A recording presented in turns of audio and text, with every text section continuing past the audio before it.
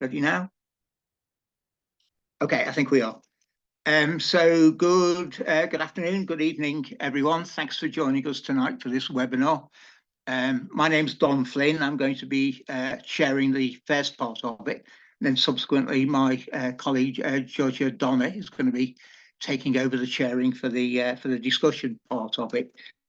For those of you who are not fully aware of what the Social Scientists Against the Hostile Environment is, I should say that it's a special project of the Fellows of the Academy of Social Scientists, and it's dealing with the issues of refugees, migration and settlement. And it works on issues of racism and migration in the UK and also globally. We've been meeting and organising these webinars now since 2018, and there's quite a collection of them on our website. And anybody who'd like to know more about us, I'd encourage you to have a look at it. Perhaps one of my colleagues will put the website address up in the chat box so you can see what that is. The discussion today is on the highly topical subject of a general election and the way that migration policy is likely to be playing out in the context of that. And I think traditionally, I think anybody who's concerned with migrant and refugee rights has always regarded general elections with a fair degree of trepidation because it seemed to be an opportunity by the mainstream parties to drive over the presumption that immigration is highly unpopular and a cause of everything ranging from anxiety to outright hostility. And it seems that for a lot of us, it's very difficult to find purchase within that discussion and see what we could do to try and avert its gloomiest conclusions. And I think it's certainly the case that as far as the government's concerned, there is a wish to reinvigorate the dog whistle style of politics in order to achieve exactly that end, to remind people that they are supposed to be hostile to immigration. And if that is the case, they can rely on the Conservative government to best deliver those policies. But I think there does seem it's possible to think that there is something slightly different about this general election. At least we hope that there is. And we can ask the question of whether or not public opinion curve over the last decade. And in fact, there are a wider range of views and opinions about immigration than is usually assumed to be the case.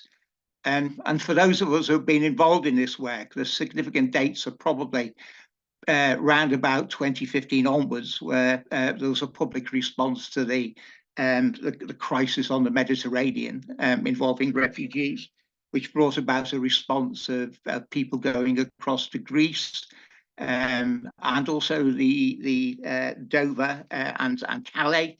But then later, in responding to the hostile environment and everything that was learned about its impact on the Windrush generation, there was the evidence of a change of mood at that level. And then finally, the pandemic, the coronavirus pandemic, also introduced another element into the discourse. We were beginning to learn about migrants, not as people who were out to leverage things that they weren't entitled to, but in fact they were playing a role as key workers, running public services and vital supply chains during that period. And the question is, how much of that mood is going to be carried over into the general election campaign? To what extent is it going to form some plank of resistance to the narrative which is coming from the mainstream parties? And these are all the issues that are going to be explored by our panel of speakers tonight. And I'll briefly introduce these speakers now. There is more details about the work that they've been doing on the Eventbrite page, but and there's a lot to say about them at that level. But briefly, the three panel speakers are Professor Eleanor Kaufman, first of all, of Middlesex University, who's going to be talking about the labour migration component of migration policy. That'll be followed by Sonali Nayak, who's a very prominent barrister working in the field of immigration, in fact a KC now, and she's been part of the team that's fighting the government over its Rwanda policy. And then the final panel member is Zrinka Bralo, who is a leading campaigner, both from her own refugee background herself, but over at least 2 decades now, I think it is, since I've known Zrinka and been working with her, and currently leading Migrants Organise, one of the largest networks of community-based migrants' rights campaigning organisations. And Zrinka is going to be telling us about the work that her community organisers have been doing in order to challenge the anti-migrant network. So that's the panel, that's the subject. So we can now begin by asking Eleanor if you'd like to come in and give us your 10 minutes on labour migration. Okay, thanks very much. I'll try and do it within the 10 minutes. Well, I'm going to start off with Brexit, obviously, because immigration was a major topic in Brexit. But it wasn't just about numbers. It was really about what was said, taking back control. So it was about controlling migrants, who could come in exactly, the conditions that they would face, so that effectively EU citizens were being turned from fellow citizens that were entering the UK into mobile workers, not just bereft of rights in many cases, but also having to pay the exorbitant fees such as the health surcharge and etc. So I want to start off with this as the first point. Now, the Home Office estimated that the new rules, which they were going to apply from January 2021, would reduce long-term EU migration by 70%. Now, these rules, in fact, were applied in the midst of COVID, and I think that's really quite important because, as Don said, in part, that also gave a different view of migrants as essential workers, but it was also a period in which there was a really decreased, obviously, movement and therefore migration. But what they also did, apart from, of course, removing free movement, they also lifted the cap on skilled migration. So this meant, of course, there was the potential for much higher levels. And the other thing that they also did was to change the shortage list. Changing the shortage list was going to particularly enable carers who historically, and I can go back to the work that I was doing in 2006, on managed migration, there had been a struggle about enabling carers who were seen not to be earning enough, but also not to go into an occupation that was demanding the correct, as the government sought, correct qualifications. So that was also a very big change because as of February 22, carers were included in the numbers that could come in through the shift in the shortage occupations. And of course, very importantly, because this is something that has driven up numbers, they could bring in dependents. So for example, the last estimate was that 101,000 carers had brought in 120,000 dependents. So in a sense, I think this is one of the areas which has led to the increasing numbers that the Conservative government has been spooked by. The other group, of course, was that has led to much higher numbers, and this is more indirectly would be labour migration, but it is in a sense a form for many of labour migration. It was international students who also, as of 2011, had lost their rights to simply seek work once they finished their studies. Now, that was also restored under a graduate route, and this too led to an increasing numbers.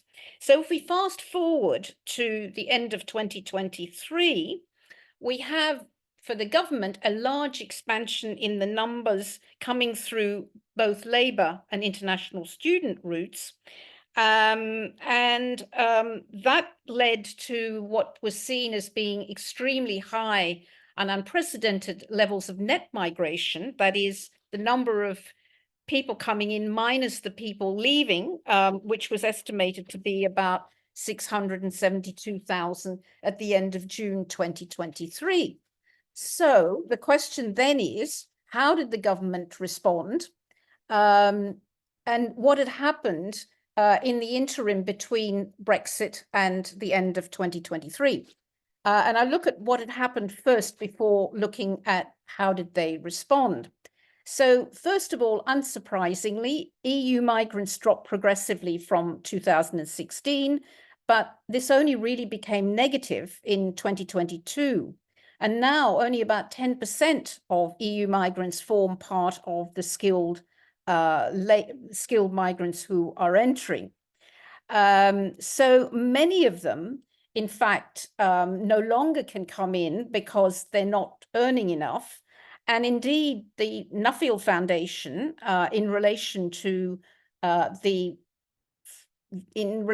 number of EU migrants providing care, saw this as being stated that this was effectively a shutting off of the valve of EU migration that could feed into this area. There was also therefore an increase in the numbers post-COVID, because, as we need to remember, Brexit actually entered fully in January 2021 in the midst of COVID. So if we also then go beyond numbers, what was happening is there was a quick fix without any regulation. So we can see that every week in The Guardian at the moment, not sure what's happening, we're getting a whiteboard.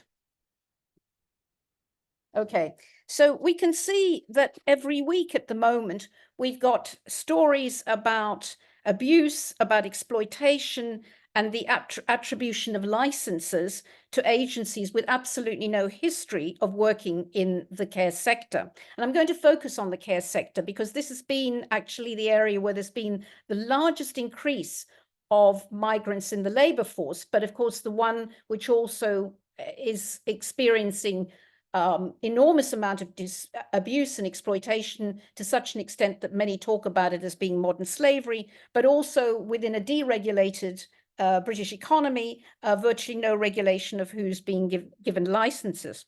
So what we see quite regularly, there's been reports by the Bureau of Investigative Journalists and Citizens Advice on abuse and exploitation in the sector. And David Neal, who was the sacked inspector, talks about the failure to oversee licenses and break their own, and the fact that the Home Office has actually broken their own rules.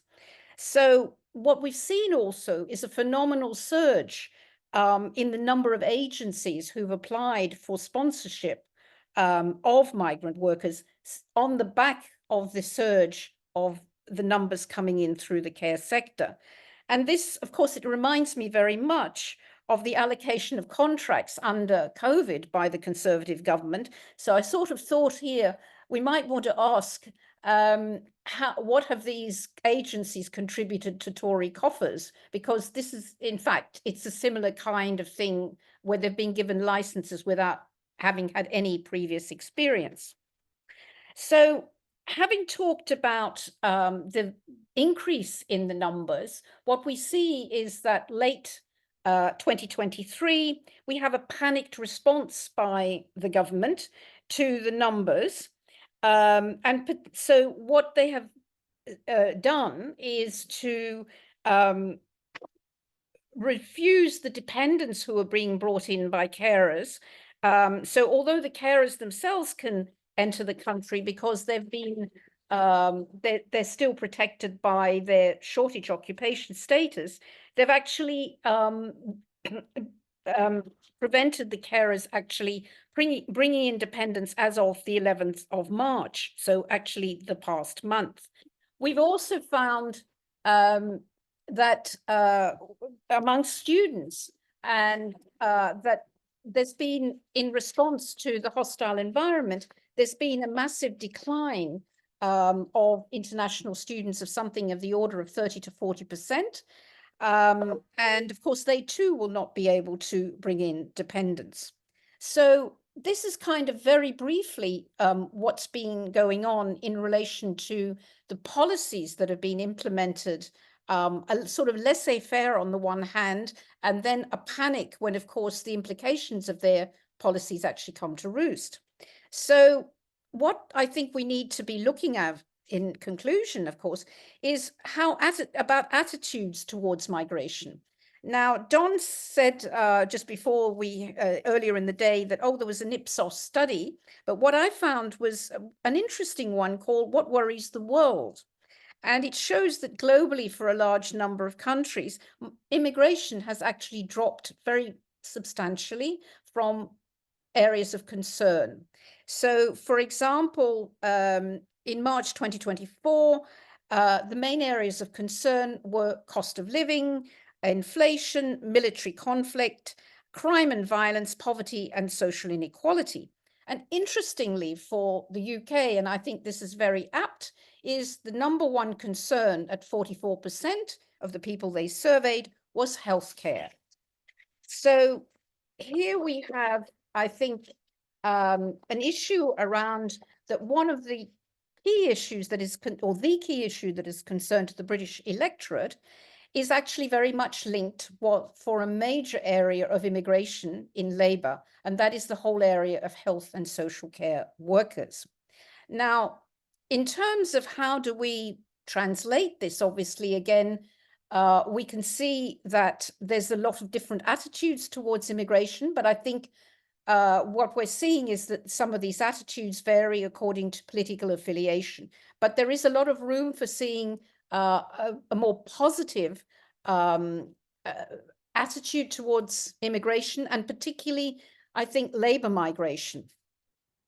And so in conclusion, I just wanted to take up this issue of the relationship of Labour migration to attitudes to migration, and to say that obviously one of the key area nowadays in terms of Labour migration are health and care workers. And these are workers whom I think the public is aware and wishes to support, because of course it links in with concern about the NHS, it links in with concerns about constantly losing doctors and nurses, and the fact that the British health system and care system cannot exist currently without these groups of workers. So that I think that if we're looking at particularly in terms of carers specifically, we're in the context of a neoliberal economy, completely deregulated as far as they're concerned. And in effect, I think we need to bring the two together of a healthier attitude towards immigration and the contribution of these workers towards well-being, because this is what the government always says in its response to why should we reduce immigration: is there a drain on the welfare state? And so we could argue, no, they're not a drain on the welfare state. They're allowing the welfare state actually to survive. So I think I'll finish on that point, a more positive point. Thank you, Eleanor. That was really good, and I think I particularly took the point about the growing awareness of bad actors coming in, the various Labour agents, and also the increase in exploitation in that realm. Yep. And you have to wonder to what extent that might lead into the sort of the public reaction that we saw during the Windrush crisis, and awareness that immigration policy was actually directly producing hardship and abuse of basic human rights as well, and to what extent that's there for us to work on, for campaigning organisations, academics, researchers to work on, in order to make that a much more robust defence of the rights of migrants. Moving on from that point now to look at the other, what people think of as the other big leg of immigration policy, which is refugees. And of course, a big story to tell about that over the course of the last, well, for a long time now, but the extent to which it's been possible to mount a resistance to the worst that government has been planning, primarily through the law courts, in legal challenges right the way up to the level of the Supreme Court, in order to put a roadblock up against some of these policies. and Sonali Nayak, has been a leader in all of this, well known for many years as fighting the cases through the courts, and was very much involved in a team that was fighting the Rwanda case. And hopefully Sonali is going to be able to draw on the lessons that she thinks that need to be learned from this, and the way that we're going to be confronting the policies of the likely contenders for government over the course of the next few months. Thank you, Sonali. Thanks very much, Don. So Eleanor started with Brexit, and of course, that's again where I'm going to start, because the immigration crisis, as it's been described, I'm not sure I necessarily agree with that phrase or label, but let's use it for now, in relation in particular to asylum seekers and channel crossings most recently, has been the driver of the current debate, the current legislation and the current policy. And in short, the reason why we have this kind of current views on the Rwanda policy and the government's position is because at the time of the negotiation of the withdrawal agreement, there was no returns agreement to Europe to negotiators as part of that process. And that meant that for all of my career and for the last sort of few decades, we've had the Dublin Convention, which meant that people who came to claim asylum in the UK, however they arrived, would almost in all circumstances, not in every, but in most, be returned to the country in Europe which they had passed through or had evidence that they had been in. And that meant that we didn't have people being trafficked or smuggled across the channel because in the way that we do now, mainly because there was a significant disincentive. And again, I'll use all these words a bit carefully because the government will talk about incentives in terms of the Rwanda policy. But it's that failure on the part of government, a basic failure on the part of government to negotiate or seek to negotiate something that it might not have succeeded in that negotiation, but as far as I can see, there was not even an attempt to try to do that. And in doing so, that the consequence of that was that because the UK is on the edge of Europe in the same way that Greece is on the other edge with 300,000 asylum seekers, but the UK didn't care about that when we had a process by which we didn't have to absorb people who came on our shores, whilst in the way that Greece has been forced to and still is forced to. When the UK then became a country from which we were at the end of a chain, if you like, in terms of travel, in terms of migration, in terms of including trafficking, in terms of people's journeys seeking sanctuary for lots of different reasons as to why people are forced to migrate across continents, including the continent of Europe. We then presented with a circumstance where the principle that we've always respected, which is the on-arrival principle, people who claim asylum on our shores are either dealt with in the UK or returned to their country of origin, now can't be returned within the European Dublin Convention. We then have to deal with that context. And so in 2023, we had 67,000 asylum seekers, as I say, which is still relatively few by comparison with many other states in Europe, many other, including Greece, and of course, significantly few contrasted with those countries around the world who are hosting literally millions, some countries, of displaced persons and refugees. But the contrast in 2023 with the position that we had been in for the preceding sort of decade or so was what has sparked this really restrictive and harsh immigration policy from this current government. So in 2002, that was actually when we had a sort of peak asylum claims in this country, around 84,000 or so. And then actually by the time we came to 2010, we were to a low of around 17 or 18,000 people. And then, as I say, the steep increase, if steep in the context, was post-Brexit from 2021 onwards at the time of the withdrawal agreement. But it's still important to keep this in perspective, because of course asylum seekers only really make up around 6% or so of the migrant population to the UK.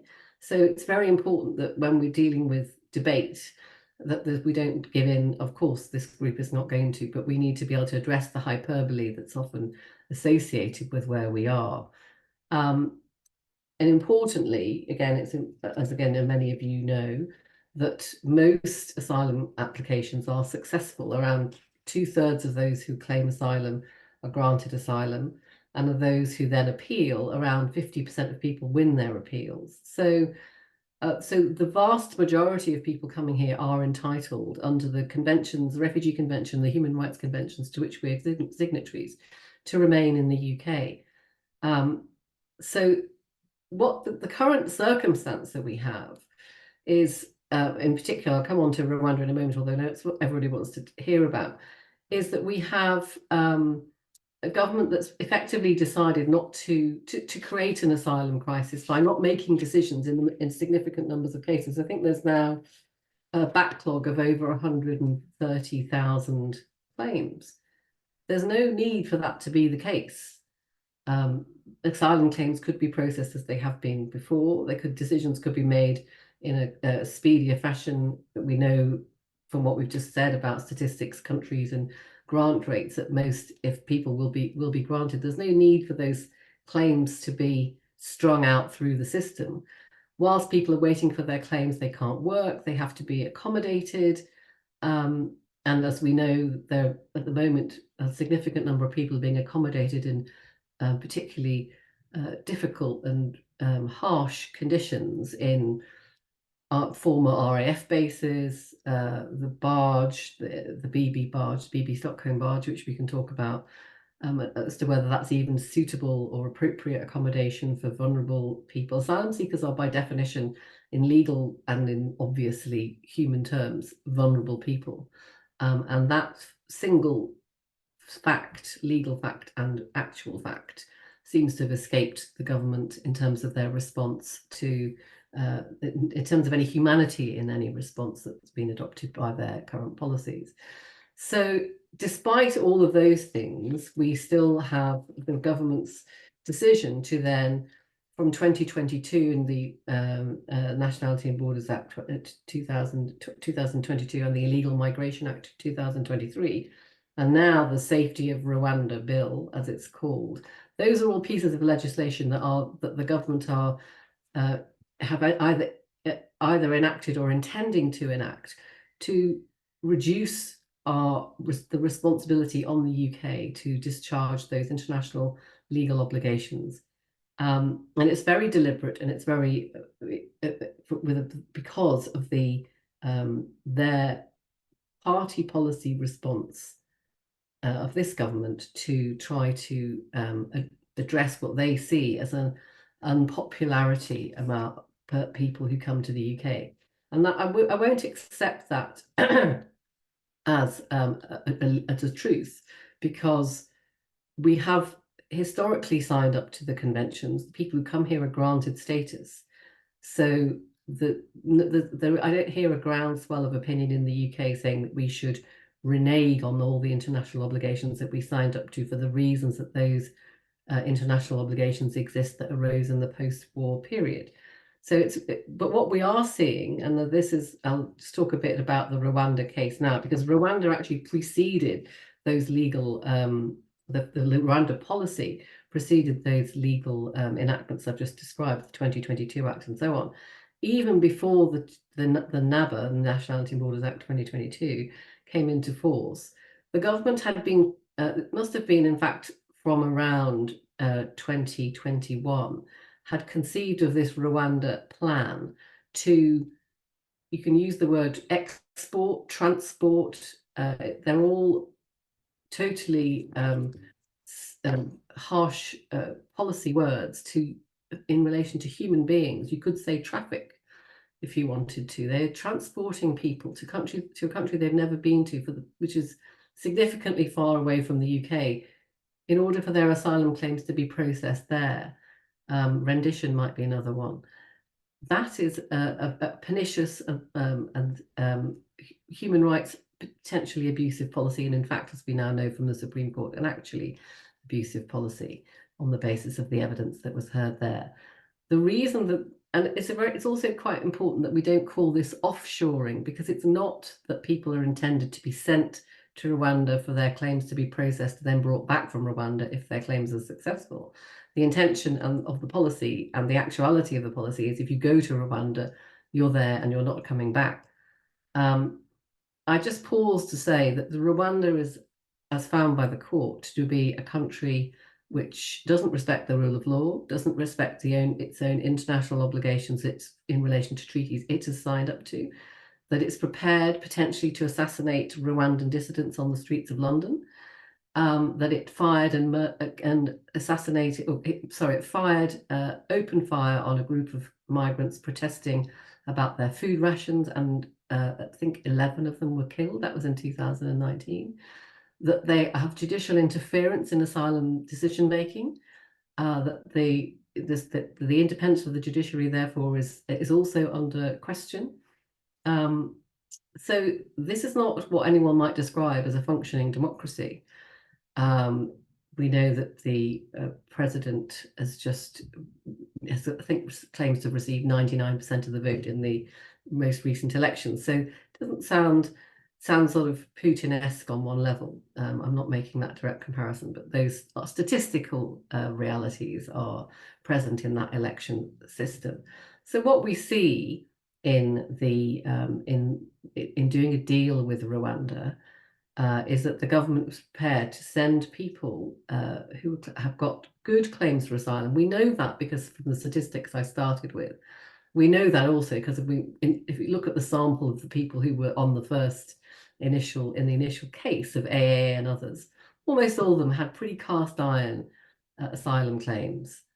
So what we know from that is that they're prepared to send those people to Rwanda, and then they will that's where they will have their claims processed and their status granted. We also know that the government of Rwanda entered into a similar arrangement with Israel, and the evidence in relation to that, which they no longer have that arrangement with Israel, partly as response of the Israel High Court finding that the process was not compatible with international law and the international obligations, was that people who Israel had sent to Rwanda were then found not to be given status, not to be subject to a risk of refoulement to their home country, as well as other anecdotal evidence about their government interference in certain decision making. So it's a very serious situation to have arranged to enter into a negotiation and an agreement with Rwanda. And I just add that we do have Rwandan asylum seekers and refugees in the UK who are fleeing from the Rwandan government, who the UK has accepted, have got a well-founded fear of persecution from that government, predominantly on the grounds of their perceived political opinion, i.e. that there's no freedom of political expression and there is suppression of political opposition to the state. We even saw that in the government's own evidence that it advanced in the High Court and beyond in the Rwanda case. The government's own evidence was if asylum seekers don't toe the line, they may be in trouble. That's their evidence. So that's not even ours or the claimant's evidence as it was. So you can see there are significant problems with that process. The Supreme Court found that actually it wasn't just a problem, it was a breach of Article 3 of the ECHR in relation to there was a risk of in respect to persons who were sent there. But the Rwanda policy has so much more, because there were at least 20,000 people who were served with notices of intent. And so that means an intention, we might send you to Rwanda. Many, if not all of those people who had legal representatives at least, made representations as to why they shouldn't be sent to Rwanda. Many of them had those notices cancelled. Some of them had their claims stayed behind the main case, and then nothing ever happened since then. They haven't had a decision in their claim. They haven't, no further action has been taken to send them to Rwanda, but nor have they been told they're not being sent to Rwanda. Then, of course, after the government sort of defeat in the Supreme Court, or even earlier, the government then decided to enter into a treaty with Rwanda to sort of firm up the previous position, which had been based on a memorandum of understanding. This is what this state says they're going to do, and this is what this state says they're going to do. It doesn't say anywhere this government isn't going to ill-treat people in breach of Article 3, but that was taken as a given that there would be that the Rwandan government would process asylum claims in accordance with the treaty.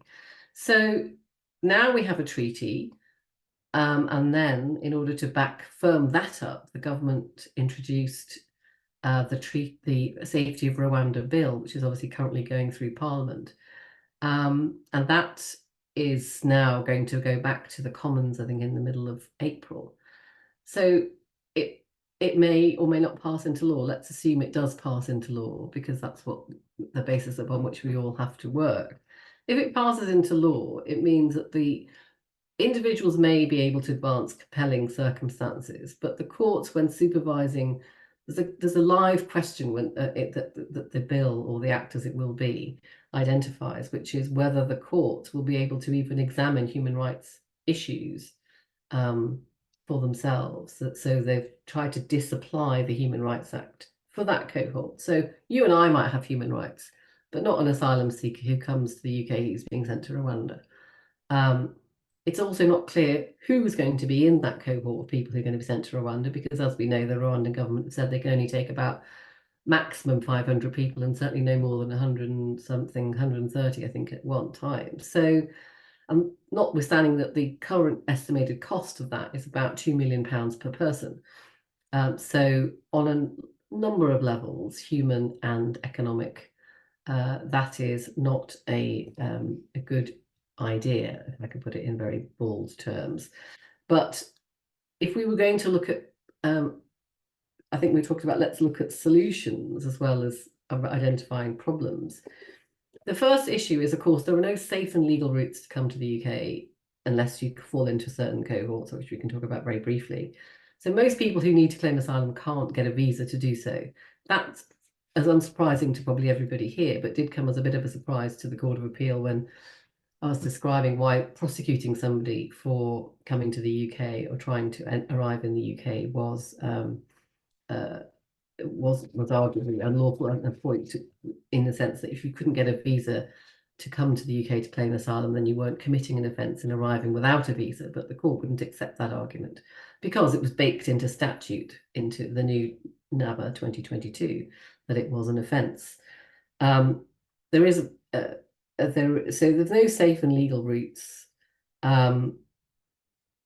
We have, however, despite the fact that we have 138,000 people waiting in a queue, we have managed to accommodate in a speedy and effective fashion about 220,000 Ukrainian nationals who came to the UK.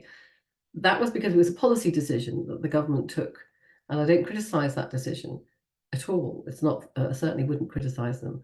But I would say that if you can do that speedily, efficiently, and effectively for a group of people who are in need, then there are other ways in which you can take significant, decisive action in relation to people who are seeking to enter the UK.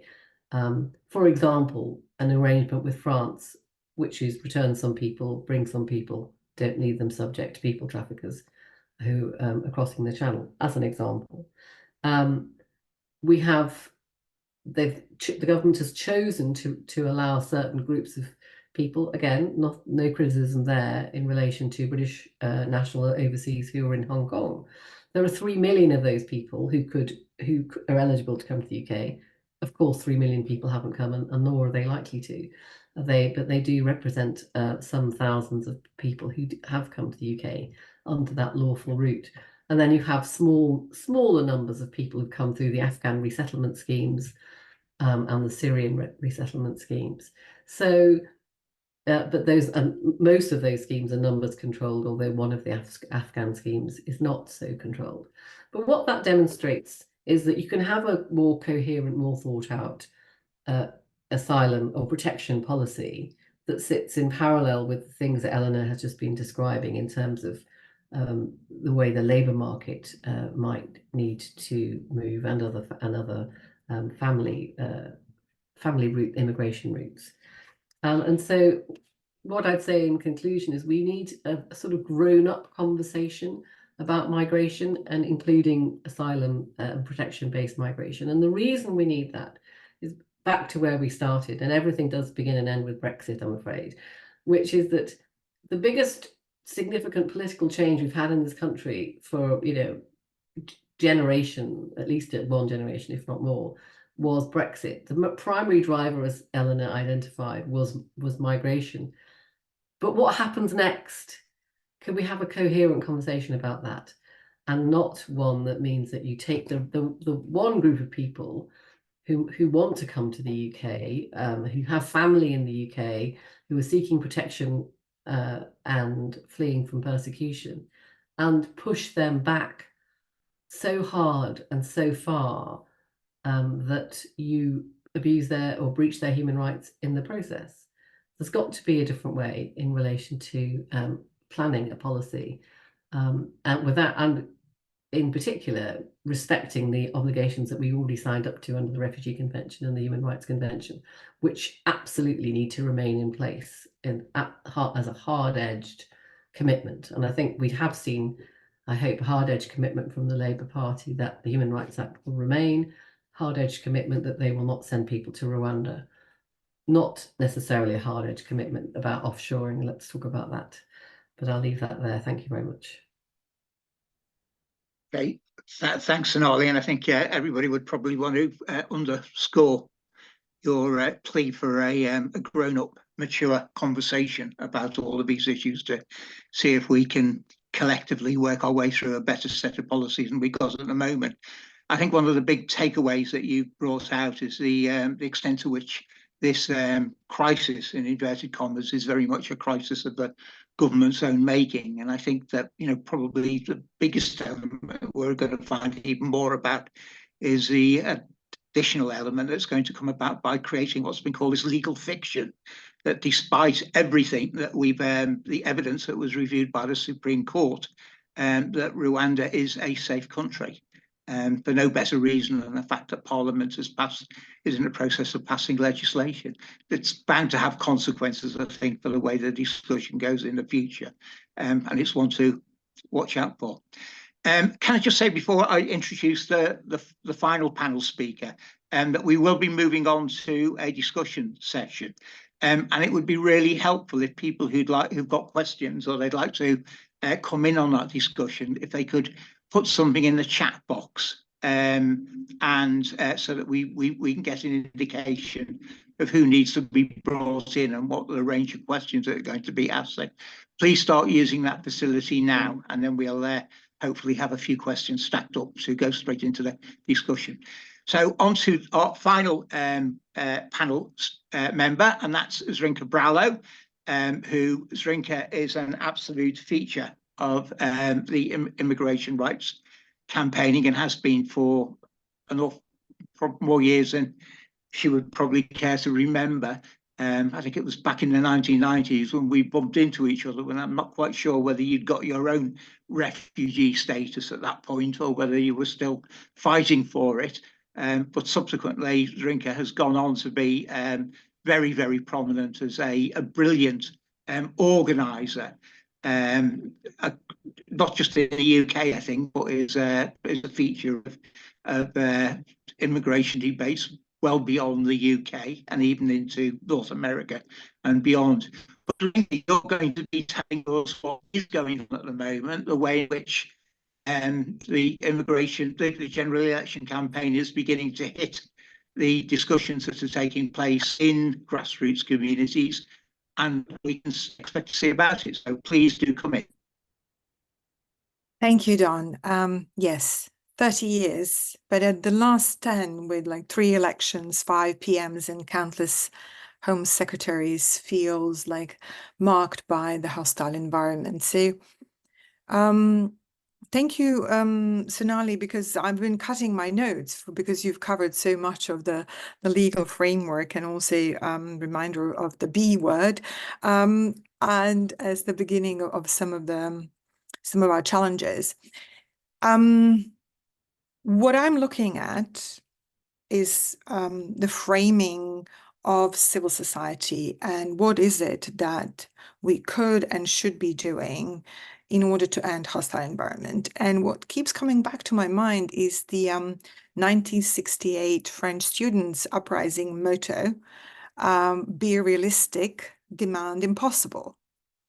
And that's I'm very sad about that from one part of that motto, that it seems impossible to demand basic human and legal rights for migrants and refugees in our current context. And it perfectly summarizes this massive gap between the reality of people trying to survive and the belligerent elites who operate with impunity.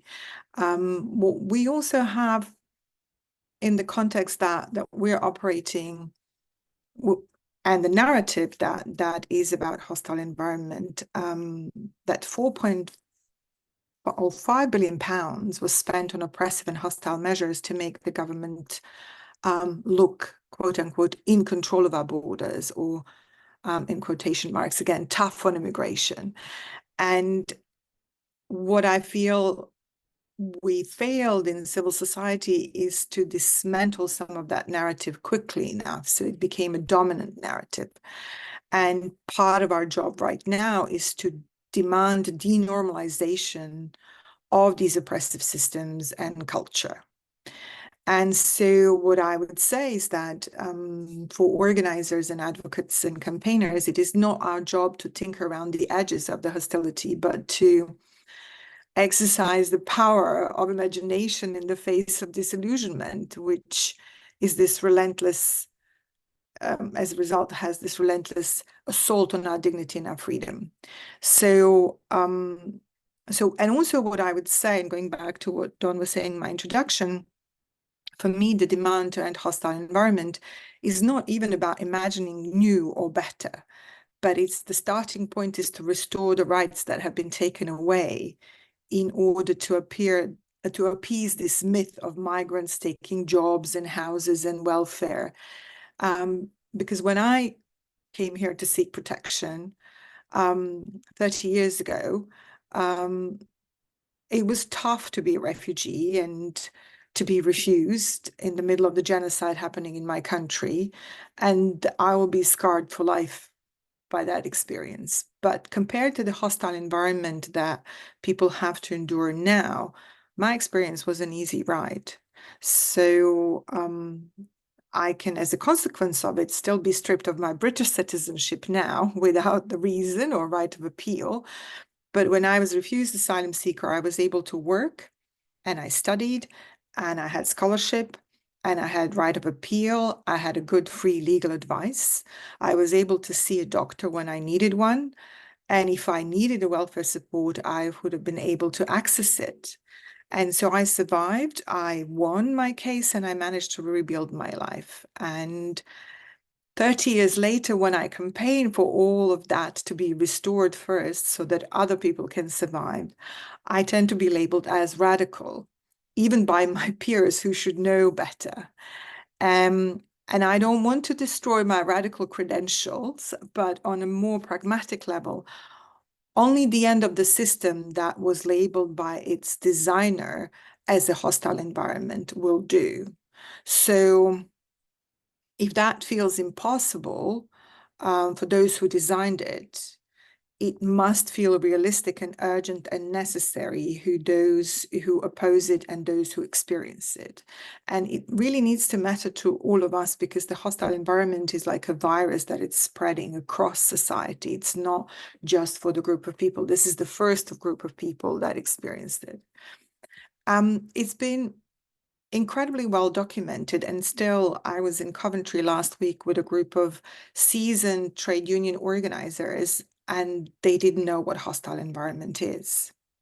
So I was in shock, because I just assumed that they know, but they knew about Windrush. However, they didn't make a connection between Windrush and what's happening, and they were organizing to support the migrant workers. And so the kind of the hidden nature of hostile environment, because it hasn't been talked about it in that way for a long time by the government, is it allows it to operate across many of the systems, and it ushered racial profiling and border enforcement in all aspects of everyday life. So it's damaged our public services and the NHS and the fabric of our society. So there is another aspect of it, and that is the kind of the extractive element of how it's implemented. So we've all heard Suella Braverman, when she was Home Secretary, talking about 3 million a day or whatever million a day spent on asylum seekers. Actually, and I'm really angry at our mainstream media for not unpicking this, it's not spent on asylum seekers, it's spent on a couple of companies that extract enormous amount of profit from people's misery and abuse, and that is kind of that corporate exploitative side of hostile environment, and the cost of it's been hidden. And then what the reality of the situation is that people are hardly managing and experiencing distress and isolation beyond belief, and some of them are locked up in detention hotels for very long periods of time.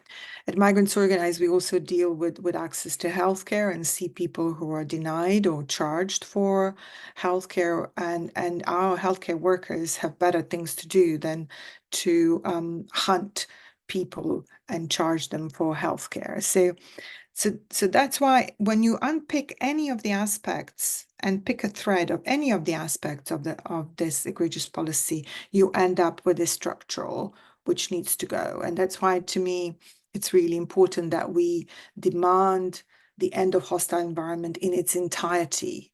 And the issue-focused campaigns that are building blocks of awareness raising and campaigning must be punctuated by the demand for deeper structural change of the root causes. Otherwise, we're campaigning and organizing in vain, and it might even backfire.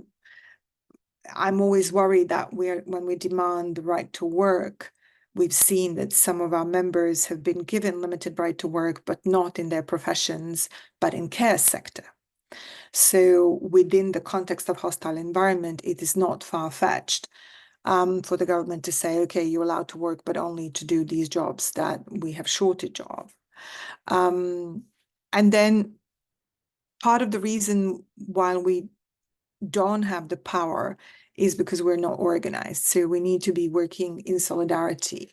And we also need to be aware that when we're putting demands, and some of them are so technical that it's really hard to understand them,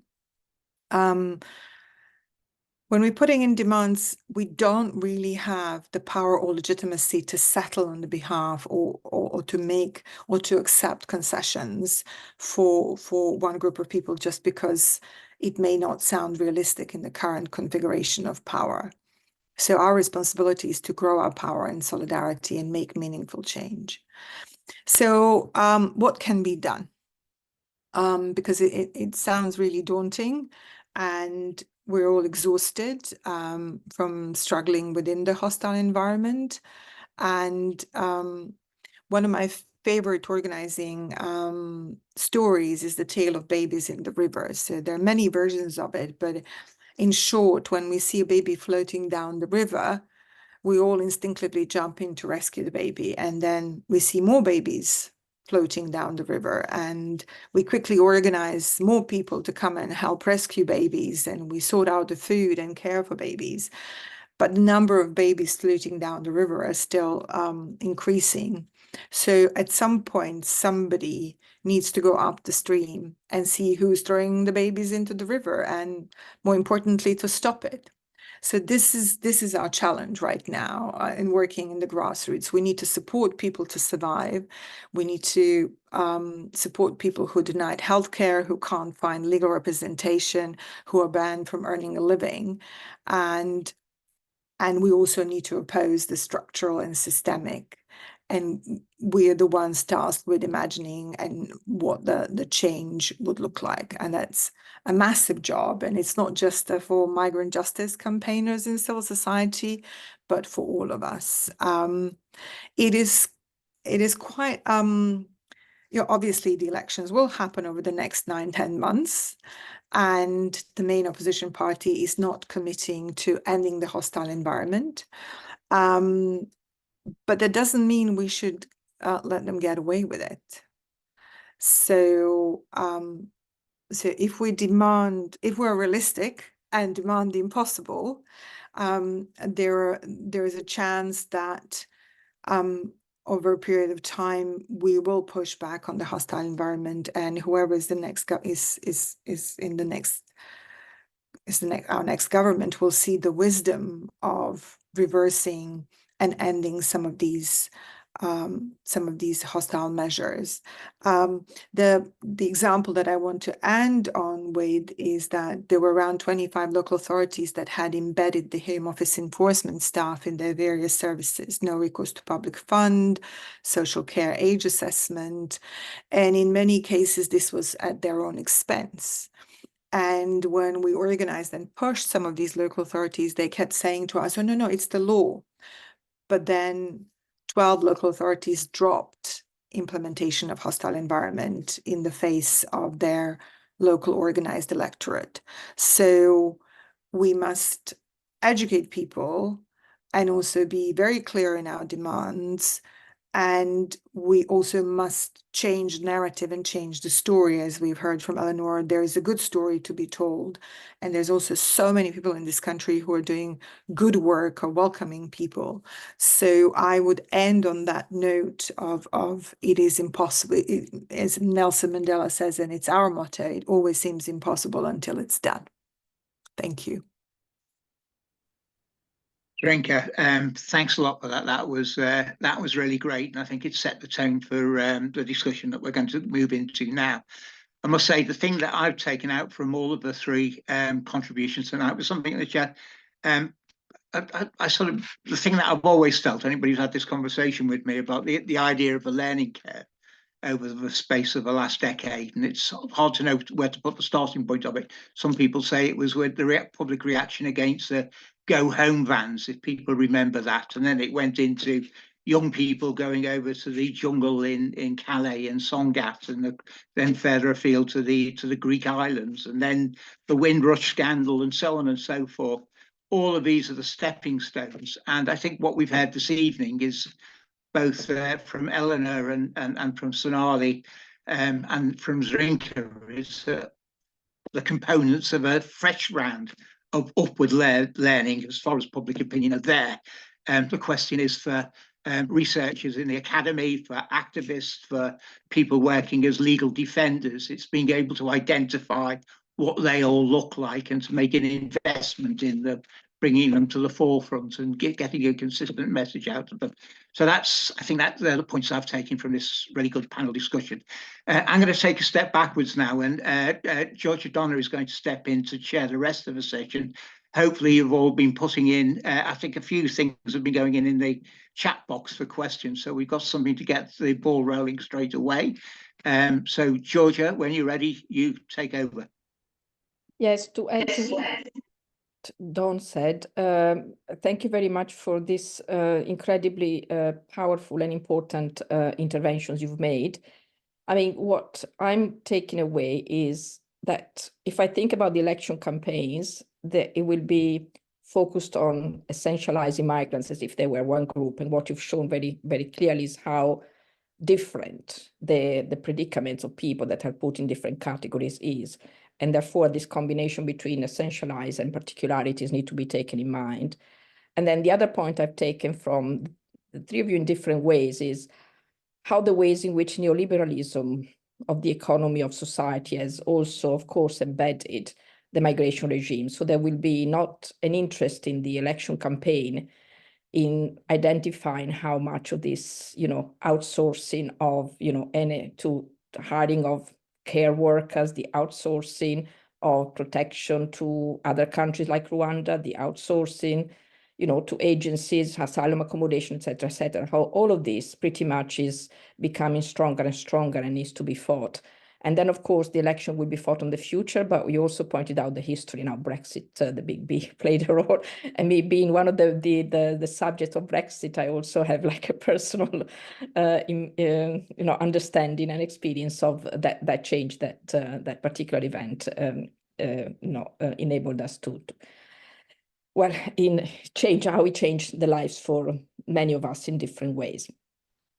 So I just want to open the floor for questions. I see that there are a couple of questions in the chat, and maybe Don can help me with those.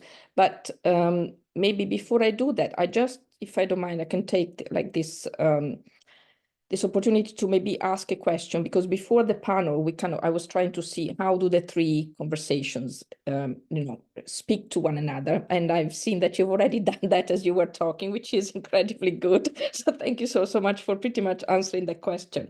But then I had like, I suppose a related question, which is, how can we in the forthcoming, you know, months of what will be an election campaign, how do you have any suggestions of how these different sectors, care, economic migrants, asylum seekers, migrants organized, can work together? I know that we talk in general about imaginaries and, you know, working, you know, in solidarity, but how can that happen in the space of an election campaign where the narrative will be very different from maybe our narrative? If I can ask you to maybe say a few words, and then we'll open the floor for discussion.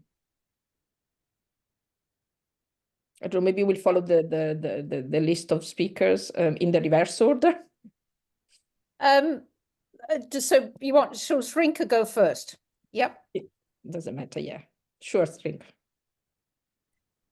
I mean, for me, the biggest goal would be just to settle on one message, which would be end hostile environment. And as I said, that needs to filter through workplaces, trade unions, where there is a power. We in migrant justice sector don't have power. So we can only work through intermediary power of mainstream.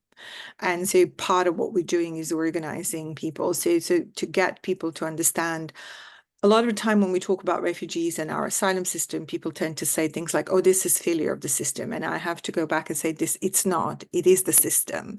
It's called hostile environment. It's doing exactly what it's supposed to do. So the system has to go. And so we need to liberate people from thinking that it can be fixed and they don't have power to change the system. This is all man-made, or in the case of Theresa May, woman-made. Let's keep it equal. So rather than saying, oh, we just need to get this for this group of people, although they all have legitimate claims to be heard and their rights heard, part of our job is to keep holding it all together and connecting it. And I think while we stand divided, we are not going to make any changes. And I think Windrush is the best example of that.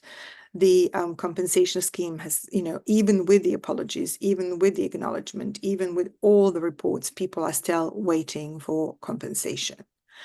And we need to learn from that and build capacity and educate people. So in terms of narrative, it's very clear narratives. And also in terms of strategy, from looking from grassroots and civil society, if we're asking for a little thing, we're not going to get anything. We need to ask for something substantial, and then we might get something in the middle.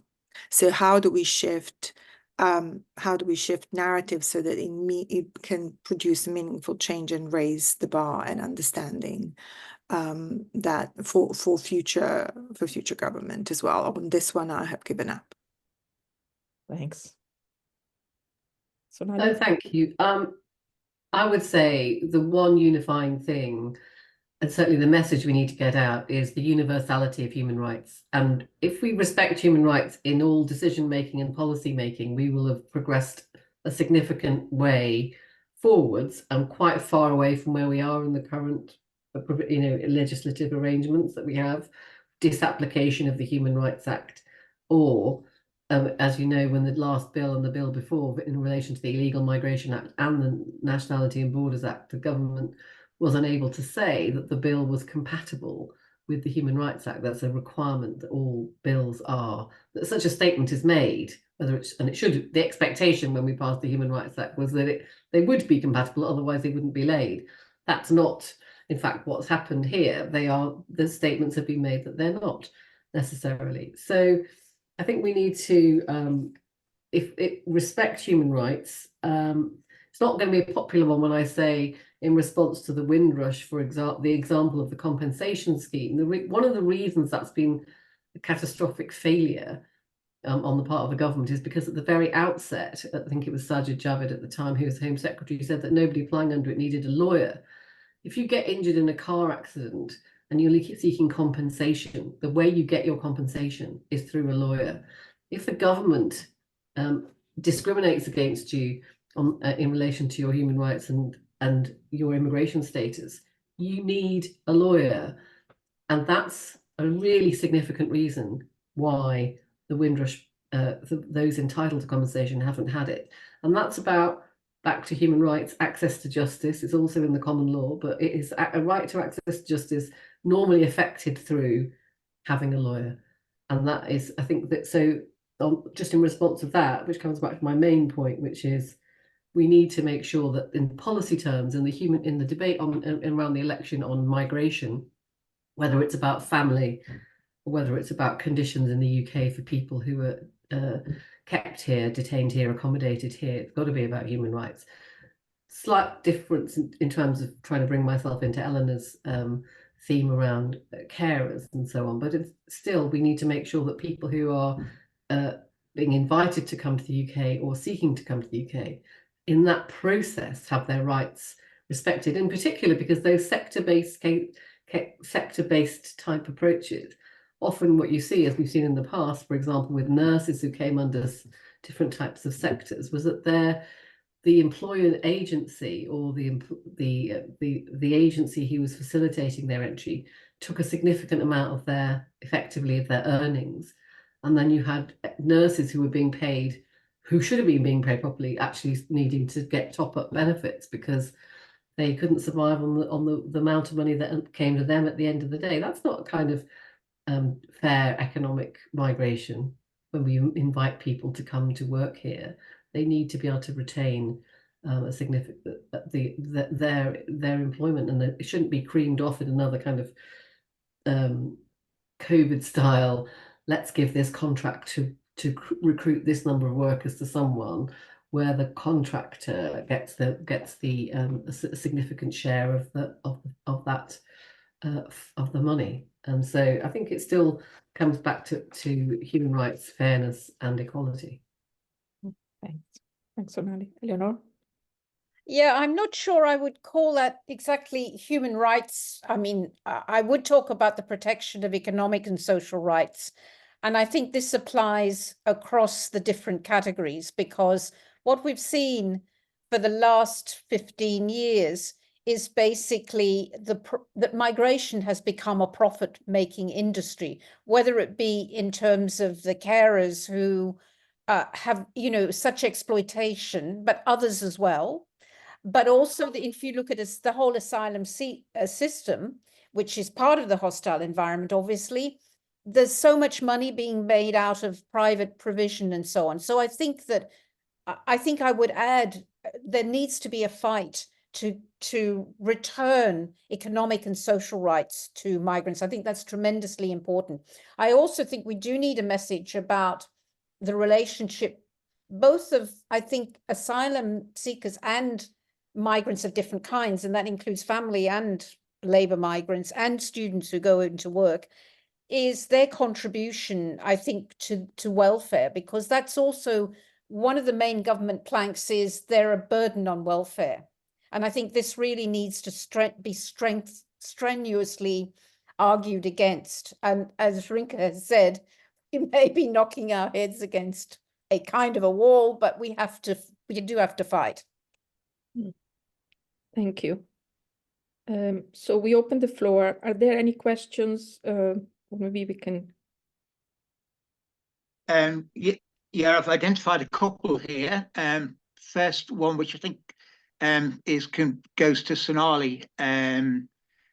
It comes from Tessa, who asks, well, why did the government choose Rwanda instead of possibly any other country? Was it cynically because it was the only country who were prepared to take the refugees for that huge amount of money? Well, I think what we do know is that the government was considering a number of countries from the disclosure that we got in court, and Rwanda was selected out of a small pool that was sort of shortlisted. We didn't have any evidence, and I haven't seen any, that it was because it had been tried with Israel previously. Although I do suspect in my own mind that that was a significant factor, because you'd rather go with a country that had done it than one that had never done it. There are other countries, you know, in the pool, not all of them in that same region.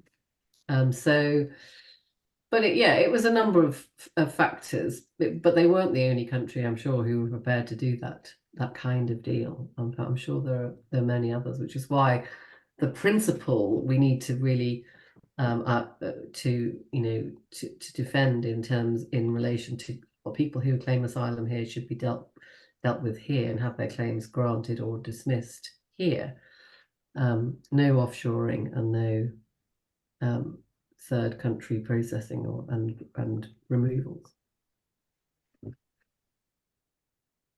Okay, a couple of questions which relate to or comments that relate to the positions of the political parties.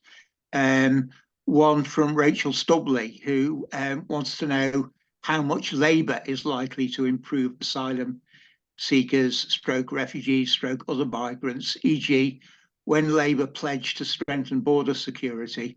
What do they mean? I'll go straight over to Nadine Finch. Also makes a comment on that, rather pessimistically, that she thinks that the Labour policies will not be that different from the present government's. But she also goes on to say that we ought to be paying more attention to some of the other parties, like the SNP, who have led on humanitarian responses to migration and opposition to breach of international law, and also that there are a number of independent candidates who are supporting migrants.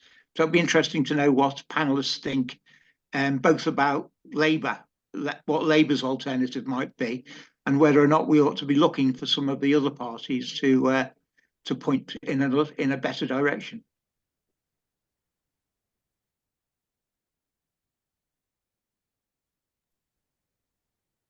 I was just going to add one. I mean, as I said, as far as I know, Labour have said they won't send people to Rwanda. I think they primarily focus on cost as opposed to principle, but at the moment I'll take that. It was, I think, a Labour government that originally suggested the idea of offshoring, and I don't think this Labour opposition have distanced themselves from that.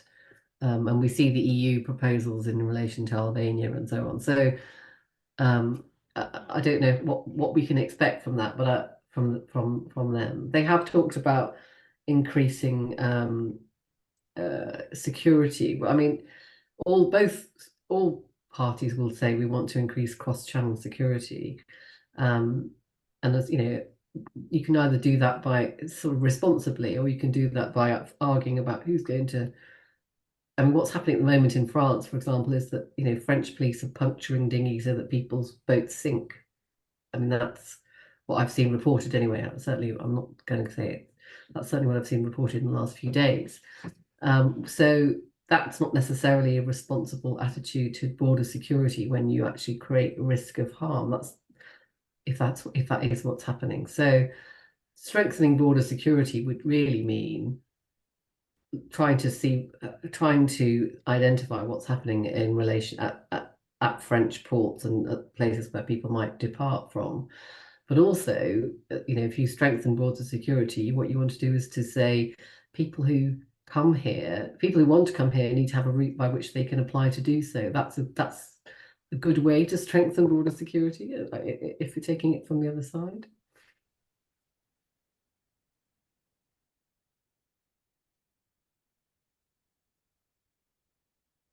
I don't know if the other panelists want to comment.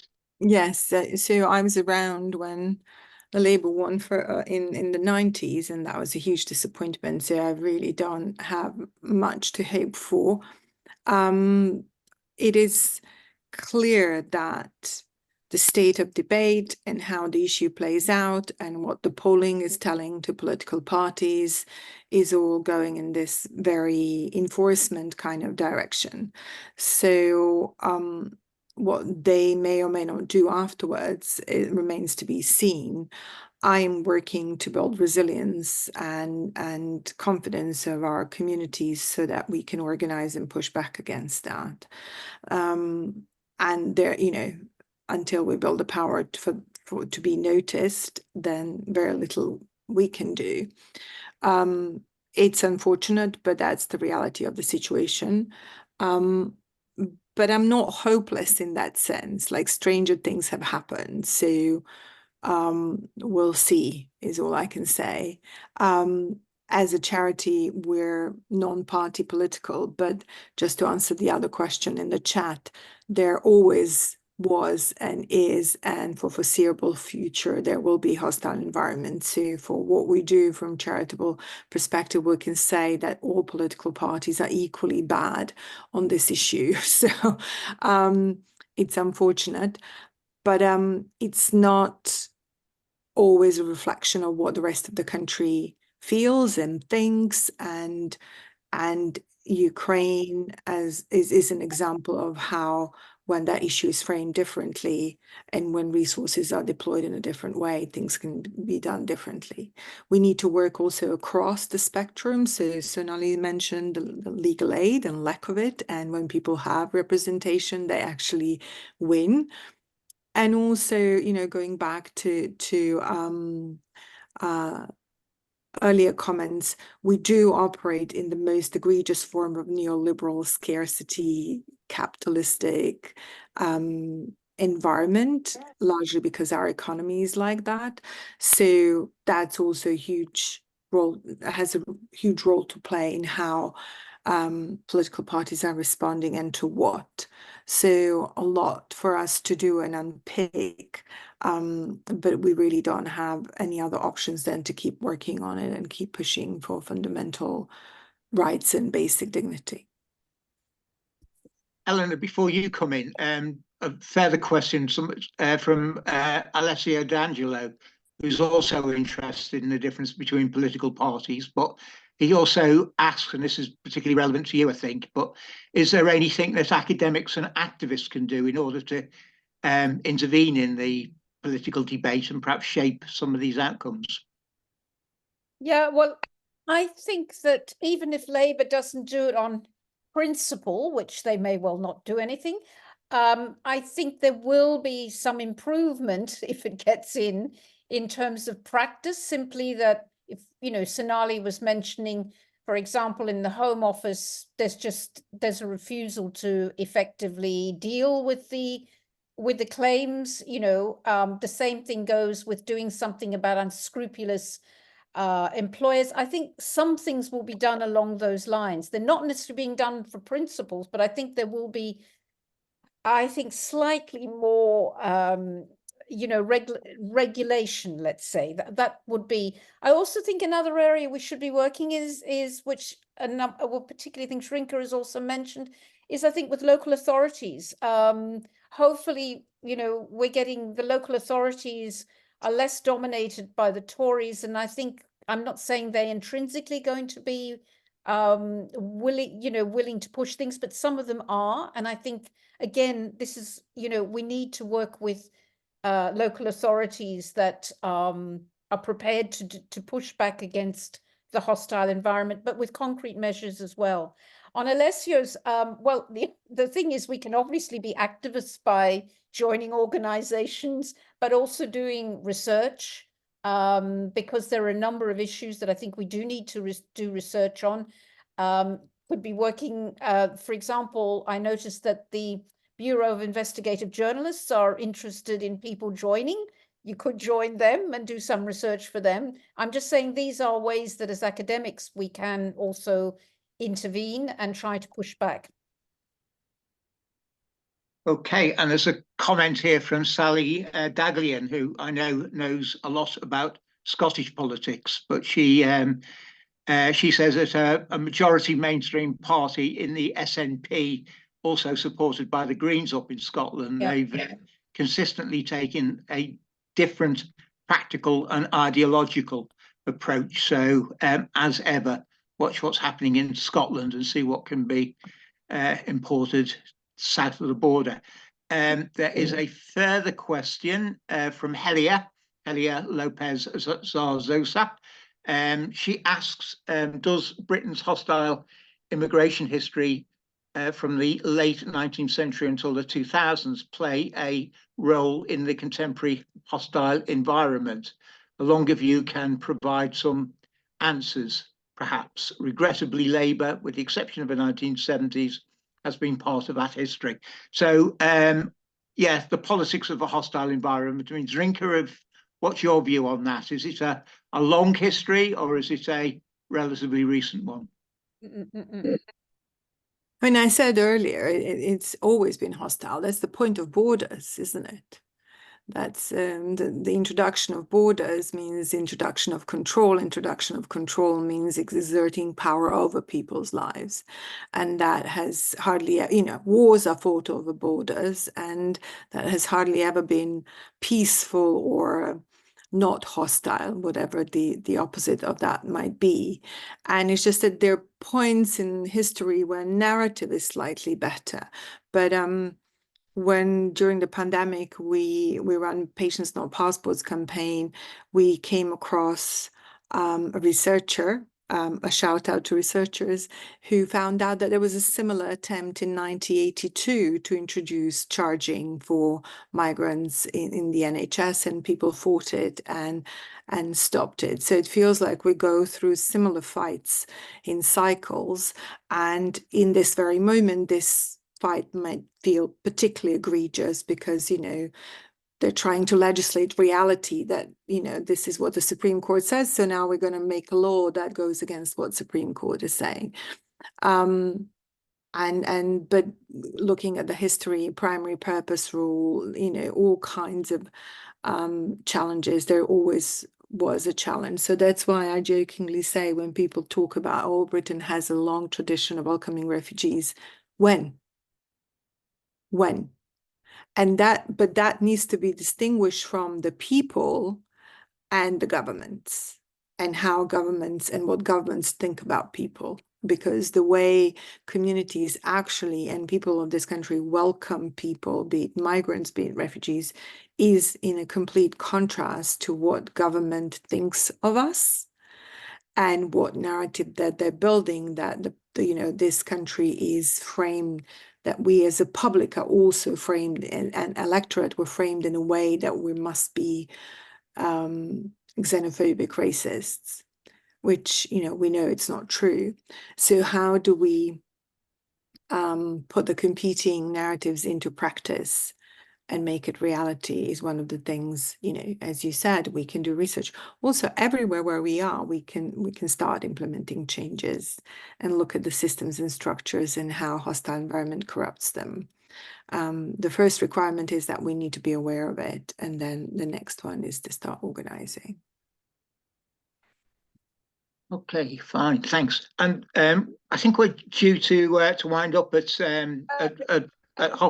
sorry. Yeah, can I just say there have been actually periods, and I don't accept the narrative how wonderful the British have been about, receiving refugees. There have been brief periods, and after the Labour government came in 1997, there was a brief period where they overturned a number of regulations. If you think on domestic workers, then after 2000 of opening up, it was only a brief period, but it was a brief period when things got better rather than worse. So I just want to put a little bit of light into, Thanks, Anna. As I was saying, we're due to wind up round about past. We can go a bit longer if there's a sudden rush of questions. But at the moment, there's one comment here, a question from Nick Argent. who asks, is there any leverage that the Green Party, of which I'm a member, that's Nick is a member of, not me, can bring to mitigating against the hostile environment, at least across Greater London, if they were to win it, the London mayoral vote imminently, i.e. could London policy lead nationally to an alternative approach? So the Greens and London. And I think we can use this as the panel to come in for a final session, and as well as commenting on Nick's point, if they want to add any big takeaways that they'd like to finish the event on. So shall I select people first of all? Eleanor, why don't you finish us off on this one? Yeah, well, this comes back to the local authorities, and UK citizens, for example, have been doing a lot, for example, to try to get the GLA to give asylum seekers free bus travel. You know, they've been, etc. So I think, again, that this comes back to what one can do at a local level, but then it'll depend on a really fairly friendly political composition of where you're looking at. Sonali. Yeah, I think if you can you hear me? Yeah, I think if in the context of the election campaign and speaking to your local candidates, I think you should just ask them: is it lawful or humane to keep people who are seeking asylum in this country waiting, trapped in a limbo for years, months, if not years? And what is the social benefit to the UK? What is the legal benefit to the UK? What is the policy benefit to the UK? And there is not one single thing that you can say in support of that. There is no reason whatsoever why people should be kept in harsh conditions for a period of time they don't know how long it's going to be, when most of them are genuine and need to have their claims decided. And so even if you could just get that conversation going, and that would, if ministers or candidates would accept that it's wrong, which it just is, I mean, on any policy level it is, then the consequence of that would be you have to decide people's claims quicker, and then they would be at least then most of them would have status, they would have access to accommodation, have access to the labour market, and actually that would have so many positive benefits that it would be a start. I'm not saying it's a complete solution by any stretch of the imagination, but I think that's a kind of issue that you can campaign on and say, is it humane to keep people in those conditions on the BB Stockholm, which were designed for oil rig workers for stay for 7 days at a time, in actually with half the number of people on the boat in the first place? So just reminding people that othering that we are seeing, that people don't know what's going on and being done in their name. I really think that we should make sure that what is going on and is being done in our name, that candidates of all parties take responsibility for it and address those things overtly and don't pretend that they're not happening. And they need to go there and see what it's like.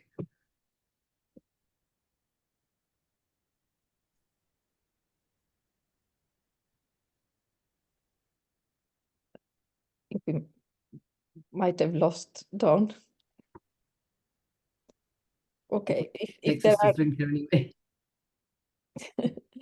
Okay, so I'll step in. I think we lost Don momentarily. So it's 6:30. What I suggest is that maybe we can conclude this webinar now. And I just want to thank the three speakers, eloquent, so informed. We've been so lucky to have you here. And thank you very much for your time and for sharing your expertise and your knowledge this evening. So, and as you can see from the chat, there are lots of people thanking you, and you can see from the hands up that really it's been an amazing opportunity to have you with us to open this conversation around a range of issues that will become relevant for the forthcoming campaign. And I'm also taking the opportunity to announce that this is the first of a series of events and seminars, and we're going to have a seminar on an equally important debate, which is around the right to protest on the 30th of April. So keep your eyes open for the links on our website. And we're also organizing a conference. It's a face-to-face conference in June and will be held at Birkbeck on the topic of criminalization, politicization, and the hostile environment. And it will take place on the 20th and 21st of June. So if you're interested, please, come and join us there. And yeah, and also thanks to Don, who's not here, and Eleanor for co-organizing and coming up with the ideas for this webinar, and to Nando for helping us with all the behind the scene work, which is absolutely essential for us to get going. And thank you all for being here and listening to all of them.